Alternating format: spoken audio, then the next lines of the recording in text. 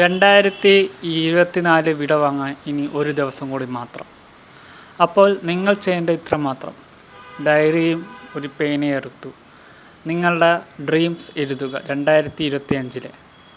കാരണം അത് നല്ല അടിപൊളി ഒരു അച്ചീവ്മെൻ്റ് ആയിരിക്കും നിങ്ങൾക്ക്.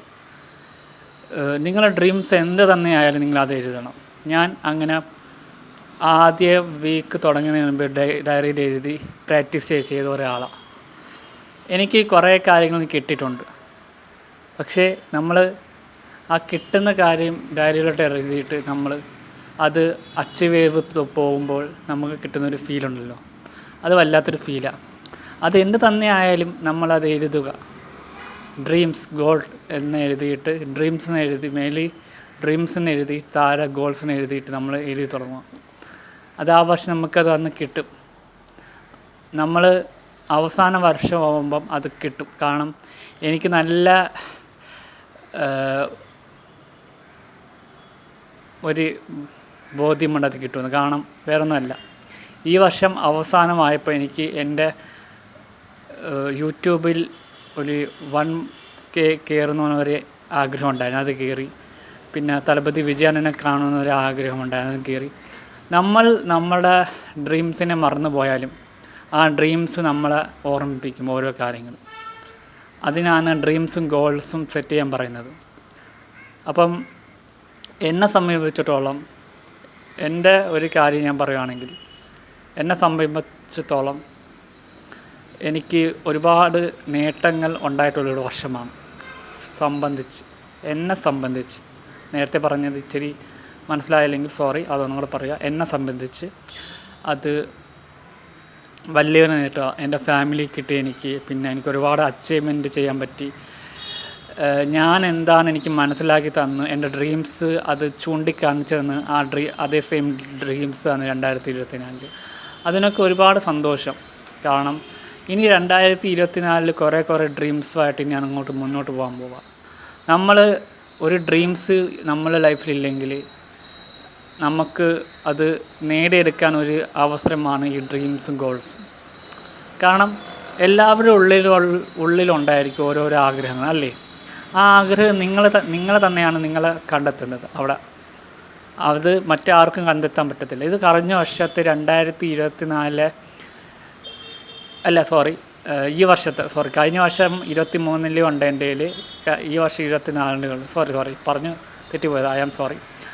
അപ്പം കഴിഞ്ഞ വർഷമായാലും ഈ വർഷമായാലും എനിക്ക് കുറേ ഡ്രീംസ് ഉണ്ടായിരുന്നു.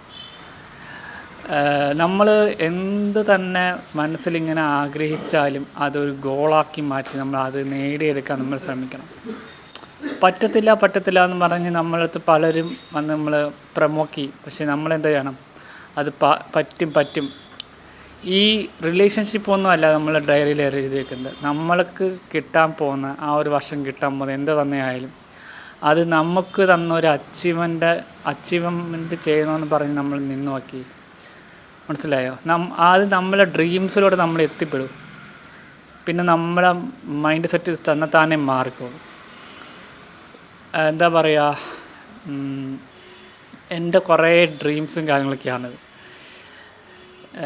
ഞാൻ ഇനി 2025 ഓരോ കാര്യങ്ങൾ ഇപ്പോഴേ പ്രിപ്പയർ ചെയ്തുകൊണ്ടിരിക്കുക. ഡ്രീംസ്, മൈ ഗോൾസ് അത് നടക്കും എന്ന് എനിക്ക് നല്ല ഉറപ്പുണ്ട്. എനിക്ക് നല്ല 100% എനിക്ക് ഉറപ്പുണ്ട്. നടത്തിയില്ലെങ്കിൽ നമ്മൾ തന്നെയാണ് നമ്മളത് നടത്തിയെടുക്കുന്നത് എന്ന് നമ്മൾ ഒരു സ്വയബോധം ഉണ്ടെങ്കിൽ നമ്മൾ ഏത് കാര്യവും നമുക്ക് നടത്തിയെടുക്കാൻ പറ്റും എന്നാണ് എൻ്റെ മനസ്സ് എൻ്റെ അടുത്ത് എപ്പോഴും പറയുന്നത്. അപ്പോൾ അതേപോലെ മനസ്സുകൊണ്ട് പറയണം, എനിക്കത് സാധിക്കാൻ പറ്റും, എനിക്ക് നേടിയെടുക്കാൻ പറ്റും. അതിനാണ് നമുക്ക് ഈ ഡ്രീംസും ഗോൾസും ഒക്കെ ദൈവം തന്നിരിക്കുന്നത്. അപ്പം എല്ലാവരും മാക്സിമം ഇത് എഴുതി വെക്കുക 2025 തുടങ്ങുന്നതിന് മുമ്പേ.